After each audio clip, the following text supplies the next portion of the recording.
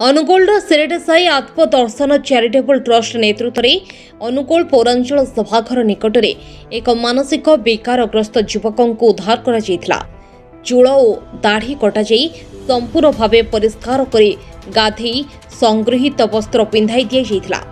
आज को चतुर्थ थर पर ए सेवा कार्य जोगाई दि जाइथिबा ट्रस्ट सदस्य अजय त्रिपाठी जणाइछन्ति। उक्त सभा कार्य रुकेश रोशन, ललित महापात्र, शरद साहू, युव सांबादिक सुधाकर साहू सहयोग करथिले। मानसिक विकारग्रस्त पुरुष रोगी आश्रयस्थली किंबा कौनसी व्यवस्था जिले में नथिबारु ट्रस्ट तरफ जिलापाल अवगत करने पर कौनसी सुफल मिल पारि नहीं बोली ट्रस्ट सभापति विद्याधर नायक दुख प्रकाश करथिले।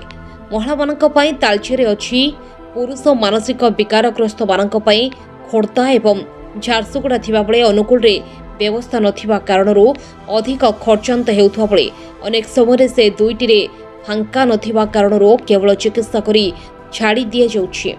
प्राय 4 वर्ष हेबो सिरेडेसाई आत्मदर्शन चैरिटेबल ट्रस्ट मानसिक विकारग्रस्तों पई स्वर उठाइबा सह उद्धार कार्य जिला मध्य भिन्न भिन्न स्थान रे करि आसीछि, किंतु अनुगोल रे नथिबा कारणरू एमानक पई स्थायी सुरक्षा होई पारुनी बोली ट्रस्ट सभापति विद्याधर नायक प्रकाश करिसेंति।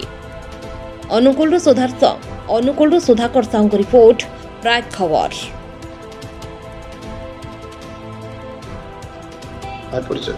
मु रामानंद पंडा अनुगुल सिरडीसी आत्मदर्शन चैरिटेबल ट्रस्ट संपादक। आम विगत 5 वर्ष मध्य अनुगुल जिलूर 15 जन पागल और 30 जन पागली महिला को उद्धार करी आम तालचेर स्थित मिशन आश्रय पागली मान थैथान करुचु। किंतु जो पागल मान उद्धार करुचु खोर्धा स्थित गंगपड़ा और झारसुगुड़ा पीपुल्स फोरम रे नहीं थैथान करुचु। किंतु अनेक समय आम उद्धार कले सीट्र व्यवस्था हो पार ना, तेणु जहाँफल से पागल मानक आम पुनः चिकित्सा करके छाड़ दौचु।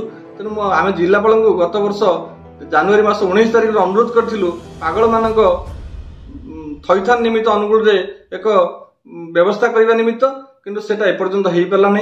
आज आम पुणी अनुरोध करूँ जिलापाल महोदय को से पुरुष मान थैथान निमित्त अनुकूल रे बंदोबस्त करेंगे आमर यह अनुरोध। श्री विद्याधर नायक सिरडीसाई आत्मदर्शन चैरिटेबल ट्रस्ट सभापति।